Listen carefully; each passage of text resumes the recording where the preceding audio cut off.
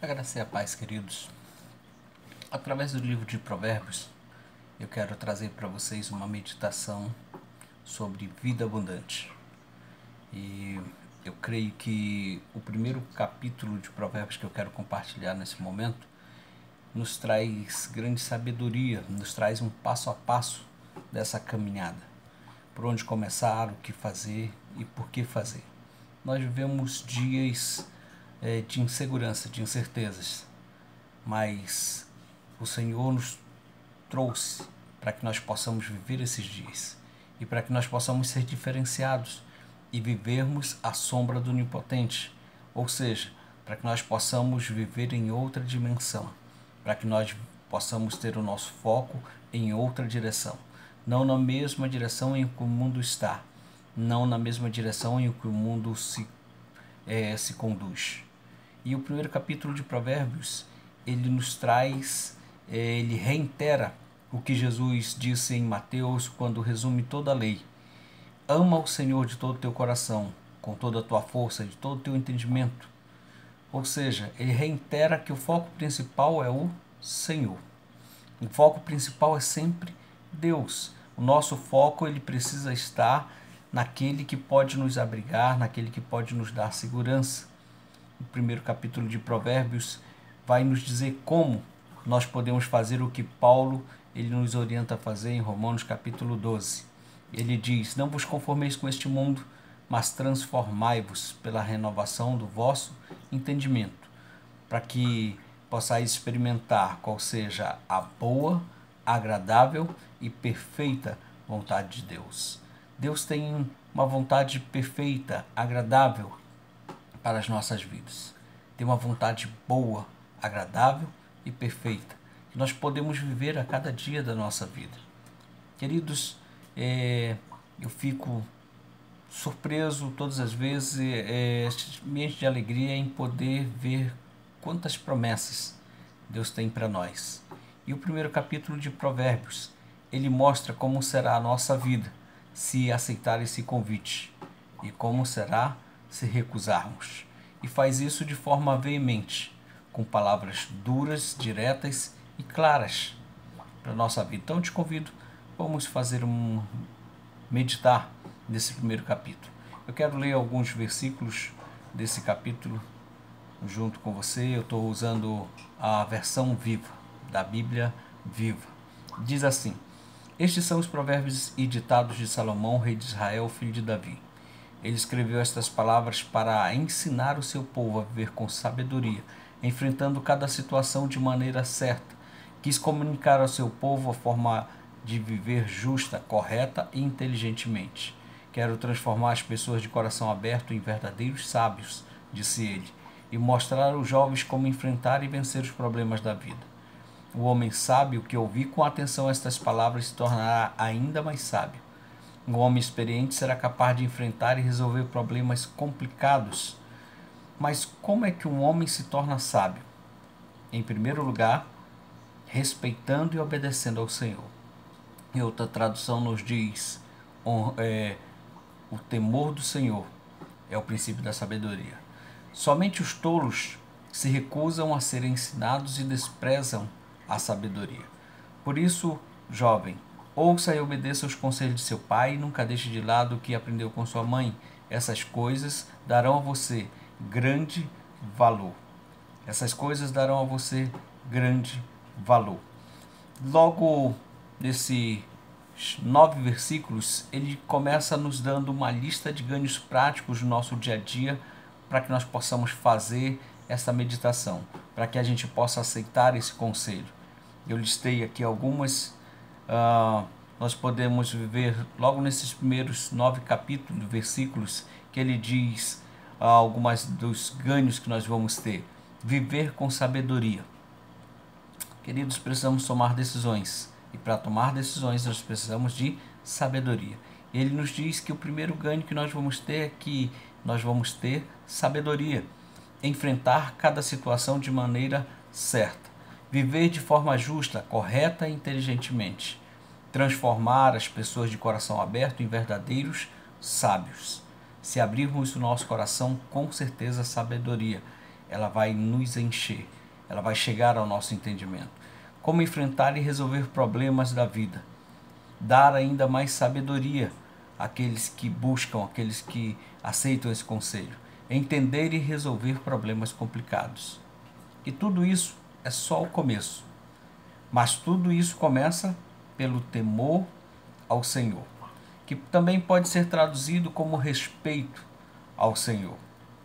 A seguir, o sábio nos conta uma história, do versículo 10 em diante, ele nos conta uma história no mínimo curiosa, que para nossa realidade, principalmente nos dias do politicamente correto, né, de tudo aquilo que nós compreendemos desses dias, parece não fazer muito sentido, que parece ser uma história muito direta, vou dizer, para os nossos dias. Mas se a gente busca no contexto histórico, faz bastante sentido. Naqueles dias era muito comum se juntarem em bandos, os jovens se juntarem em bandos para saquear vilas, cidades, aldeias, caravanas, para adquirir riquezas.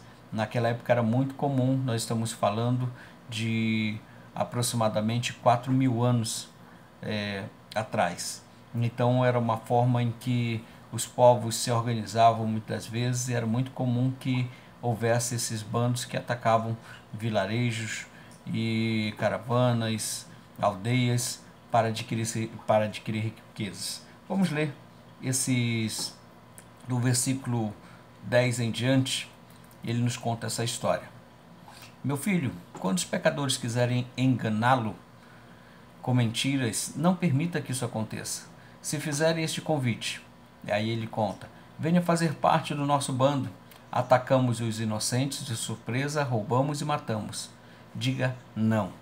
Eles dizem: vamos acabar com a vida do inocente. Destruiremos todos eles com uma sepultura que engole os homens de uma vez para sempre. Conseguiremos riquezas. O objetivo é esse. O foco é esse. Tudo isso que vão fazer é com esse objetivo. Conseguiremos riquezas de toda espécie e ficaremos ricos de verdade. Olha só a proposta que está sendo feita. Venha fazer parte do nosso bando. Tudo que ganharmos será dividido igualmente. Não faça isso, meu filho. Fique longe de gente desse tipo. Não entre no caminho por onde eles andam. A inclinação natural dessa gente é para a maldade. Pensam somente em matar e destruir. Quando o pássaro vê o caçador montar a armadilha, foge imediatamente. Mas com essas pessoas corre justamente o contrário. Eles mesmos montam armadilhas contra as suas vidas. Eles planejam a própria destruição. Esse é o destino de todos os que são dominados pelo desejo de possuir riqueza. Essa ambição sem limite acaba destruindo quem a possui. Esse ponto merece uma consideração. Eu quero fazer uma consideração um pouco mais extensa nesse ponto. O convite nos dias de hoje é o mesmo, com os mesmos laços, com o mesmo foco e com o mesmo objetivo: adquirir riqueza. Aqui está a questão, não é o dinheiro em si, a questão é o amor ao dinheiro, esse desejo por riquezas, essa ambição desenfreada. O amor ao dinheiro tem levado pessoas a fazer qualquer coisa, por mais absurda que seja, como no texto nos diz, matar inocentes. E a gente podia se alongar um pouco bem mais sobre isso. Você pergunta, mas matar inocente não são tantas pessoas que fazem? Sim, são, a grande maioria estão fazendo. Como assim? Quantos pais que estão matando seus filhos por conta do dinheiro? Quantos pais não têm tempo para criar, para ensinar, para amar, para andar junto, porque eles precisam ganhar dinheiro, porque eles estão em busca do dinheiro? Quantos pais que desprezam? Quantas famílias que estão sendo destruídas por causa do dinheiro? Quantos inocentes pagando, sendo explorados? Quantas pessoas, quantas famílias sendo desfeitas? Poderíamos nos alongar. Na grande verdade, quase tudo que é feito é por conta da busca ao dinheiro, por conta do desejo ao dinheiro. Por isso eu diz que esse ponto merece uma consideração a mais. Deixa eu te informar uma coisa, dizer algo. A grande maioria das pessoas, apesar de precisar e até querer, nunca investe tempo para saber como mudar de vida. A grande maioria das pessoas, apesar de precisar e até querer, mas elas de fato não investem tempo para saber, para indagar como mudar de vida, como ter uma vida melhor. Elas simplesmente vivem os que os pais ensinaram, como os amigos vivem, como a grande maioria vive. Elas não indagam, não perguntam, não investem tempo. Essa é a grande maioria. E é uma grande maioria absoluta. Elas não buscam conhecer e entender os seus dons, talentos. Elas não buscam compreender o seu potencial. Cada ser humano tem um potencial extraordinário. E quero comentar com você a esse respeito. Mas a grande maioria das pessoas não dão atenção a isso. Elas simplesmente vão vivendo a vida. Elas simplesmente vão vivendo o que está acontecendo. Mas existe uma outra pequena maioria. Na realidade, existe a grande maioria, né? E a outra parte, que em número muito menor, em algum momento da vida, ela desperta para as suas necessidades e busca suprir de forma diferenciada da grande maioria. Eles são aquela parte que eles buscam conhecimento, eles buscam meditar de fato como eles fazem para mudar de vida, o que fazer para de fato possam ter uma história diferente muitas vezes dos seus pais. São pessoas que de fato eles percebem que podem ir mais longe do que disseram a eles. Muitas histórias nós conhecemos de pessoas que nós chamamos como vencedoras, né? Ou pelo menos o mundo diz que são vencedoras, apenas porque elas mudaram uma parte da sua vida. Infelizmente, a resposta é quase a mesma para as duas partes, tanto para a grande maioria quanto para a minoria, no caso, que busca conhecimento para isso. A resposta é sempre o dinheiro. A diferença é que uma parte decide ter dinheiro, uma parte decide buscar o dinheiro e eles fazem isso a qualquer preço. E a outra parte simplesmente vai vivendo o que dá, eles não fazem essa decisão. E aquela parte menor que decide ter dinheiro, decide de fato buscar riquezas, eles começam a acreditar e a crer em jargões do tipo: você só vale o que tem. São pessoas que começam a ser tomadas pelo desejo do dinheiro, que a princípio é pelas suas necessidades, é para suprir as suas necessidades. Mas depois elas começam quando elas começam de fato ao caminho para como ter dinheiro, elas começam a mudar essa mentalidade, começam de fato a entender o seu potencial, os seus talentos, e esse desejo pelo dinheiro que a princípio era para manter as suas necessidades ou para suprir as suas necessidades, então começa agora a ser por causa dos seus desejos. E depois elas começam então por causa da posição que o dinheiro as oferece. Depois elas mudam, buscam mais dinheiro por causa do poder que este dá às suas vidas. Depois elas buscam por reconhecimento, por status, e isso não tem fim.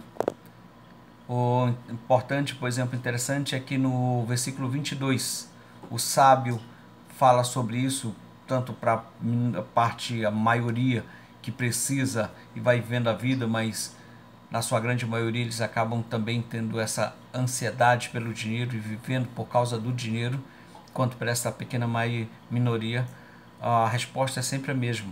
Sobre isso o sábio diz: esse é o destino de todos os que são dominados pelo desejo de possuir riqueza. Essa ambição sem limites acaba destruindo quem a possui. O sábio faz essa advertência. Mas quando a gente continua esse capítulo 1 de Provérbios, a próxima pergunta é dirigida a todos, a grande maioria que precisa, mas não busca, e a minoria que busca, mas pensa que a resposta principal é sempre o dinheiro. A todos, a pergunta em que o sábio faz é: gente vazia e indecisa, isso no versículo 22. Gente vazia e indecisa, até quando vocês vão viver como tolos? E vocês que zombam e fazem pouco caso de mim, isso a sabedoria está falando. Até quando continuarão fazendo isso? Até quando vão preferir a ilusão à verdade? Ou seja, até quando vocês vão preferir a ilusão em vez de buscar a verdade? Queridos, nós precisamos lembrar que Jesus declarou: eu sou o caminho, a verdade e a vida. Nós precisamos lembrar que foi Jesus quem disse: sem mim nada podeis fazer. Nós precisamos lembrar que Jesus nos ensinou que aquele que quiser ganhar a sua vida, perdê-la-á. Mas aquele que perder a sua vida por minha causa, o Senhor Jesus dizendo, a achará. Esse de fato vai ter vida. E aqui a pergunta do sábio, da sabedoria na realidade aqui no versículo 22 é: até quando vão preferir a ilusão à verdade? Até quando vão preferir a ilusão do dinheiro, do poder, do status, do reconhecimento, a preferir a verdade de Jesus, que disse: eu vim para que tenham vida e vida em abundância. Ele é a verdade. O mundo diz que a única coisa que pode trazer felicidade, abundância, plenitude é o dinheiro. E as pessoas investem a sua grande maioria ao amor ao dinheiro. A grande maioria que decidiu fazer isso, chega um momento que elas não fazem mais por causa das suas necessidades. Como eu falei, existe uma lista de coisas e essa lista vai levá-las à ruína. Mas o Senhor Jesus disse: nós podemos ter vida, podemos ter a vida à abundância. E aqui no capítulo 1 de Provérbios, a sabedoria vem nos dizendo que ela pode nos dar. Nas mensagens subsequentes que a gente vai estar fazendo sobre Provérbios, você vai verificar em um momento que a sabedoria diz que na sua mão direita há riquezas e honra, e na sua esquerda vida longa e paz. Nós podemos ter vida longa e paz, nós podemos desfrutar das riquezas, nós podemos desfrutar de sermos respeitados, honrados, mas existe um caminho. A questão aqui é aonde está o nosso foco. O mundo quer colocar o teu foco, quer colocar o nosso foco apenas no dinheiro. Quer colocar os nossos desejos, quer colocar os nossos anseios no dinheiro. E Provérbios, ele vem nos dizendo que o segredo de uma vida abundante está no foco.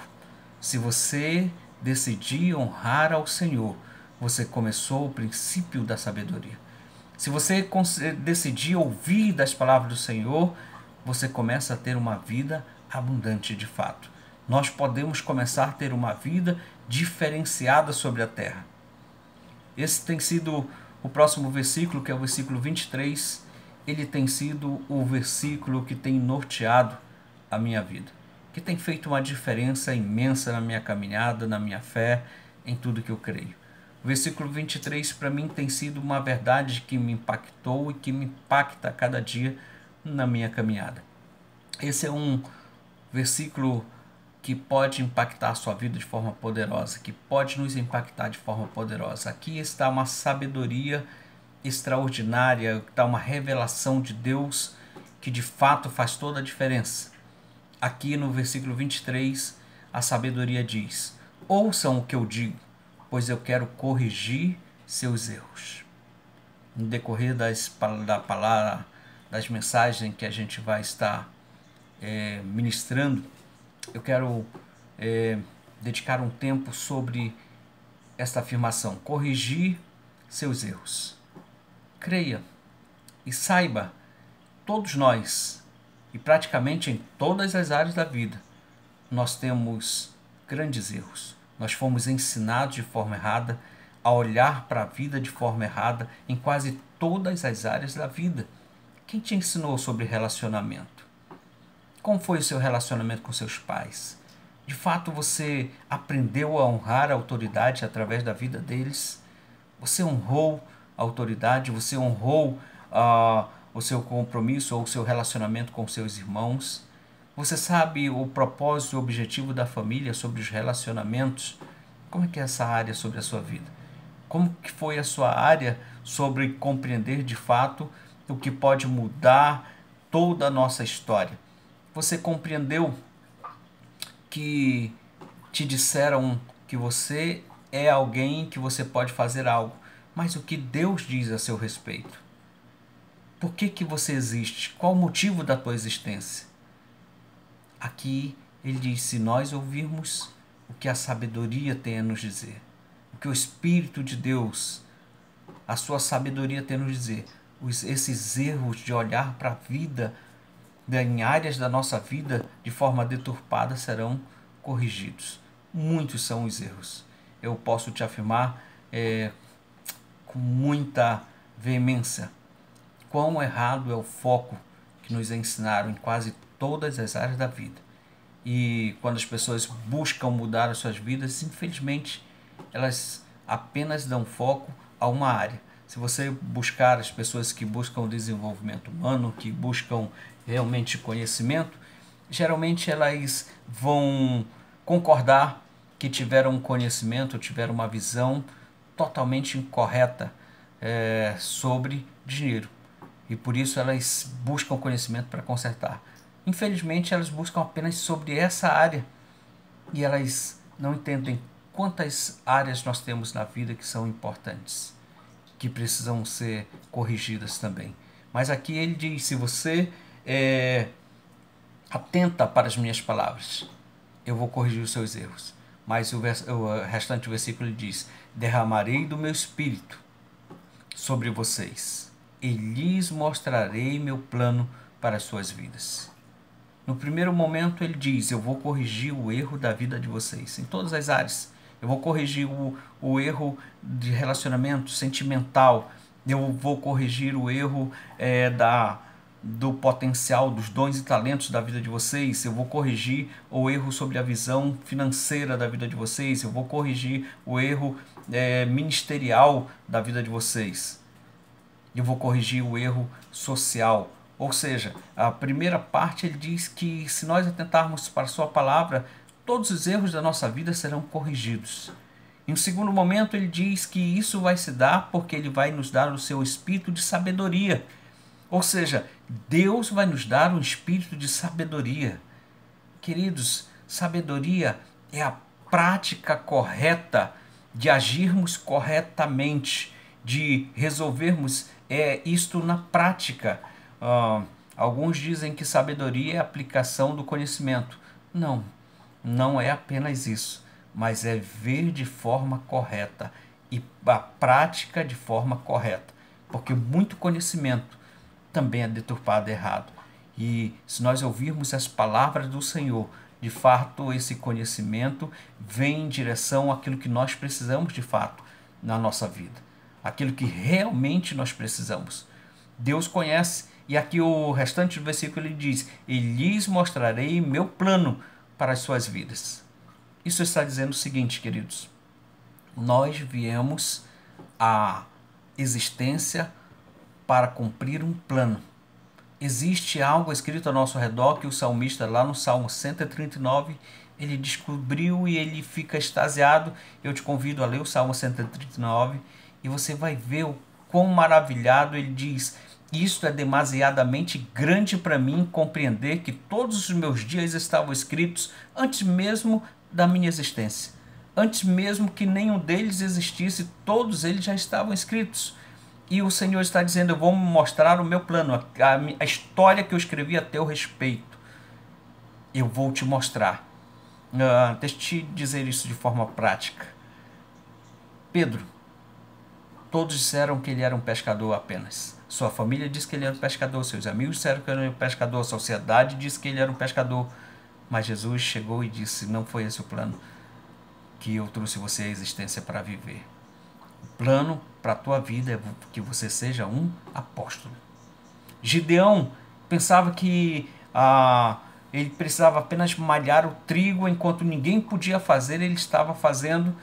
Mas o anjo diz: não, homem valente, a sua valentia não é apenas ser responsável pela manutenção da sua casa. A sua valentia é muito maior, seus dons e talentos é muito maior. Você pode vencer um exército, você vai estar à frente, você é um comandante extraordinário. Você é alguém extraordinário, diferenciado. Você vai estar à frente de 300 homens e vai vencer um exército incontável, numeroso, muito maior, apenas com 300 homens. Ou seja, olha esse diferencial. Moisés chegou a acreditar que ele era apenas um pastor no deserto, mas Deus resgatou e disse: não, você é um grande estadista, vai estar à frente de uma nação de milhares de pessoas e vai conduzir essas pessoas. Ou seja, todos nós temos um plano específico para vivermos, e se nós atentarmos para a palavra do Senhor, nós teremos sabedoria e nós vamos conhecer esse plano. Que nós possamos ficar com o conselho que ele nos dá no último versículo 33 desse capítulo. Que nós possamos, de fato, atentar para isso. Depois do versículo 23 até o 33, ele nos diz o que vai acontecer com aqueles que não dão ouvidos a essa palavra. Que podem dizer que esses conselhos são ultrapassados, e você vê muitas pessoas agindo assim. Ele diz: eu já chamei tantas vezes e vocês recusaram. Estendi a mão convidando, mas ninguém me deu importância. Vocês não deram valor aos meus conselhos e não aceitaram a minha repreensão. Por isso, quando chegarem os dias do seu sofrimento, os dias de medo e da tristeza, eu vou rir e zombar de vocês. Quando a desgraça cair sobre vocês como uma tempestade, quando seu triste fim chegar violento como um furacão, quando vocês estiverem sufocados pelas angústias, então vocês vão procurar desesperados a minha ajuda, mas eu não responderei. Tentarão me encontrar, mas será tudo em vão. Sabem por que isso vai acontecer? Porque vocês desprezaram a verdade e se recusaram a honrar e obedecer ao Senhor. Isso é muito sério. Vocês não deram valor aos meus conselhos, acharam que minha repreensão era inútil.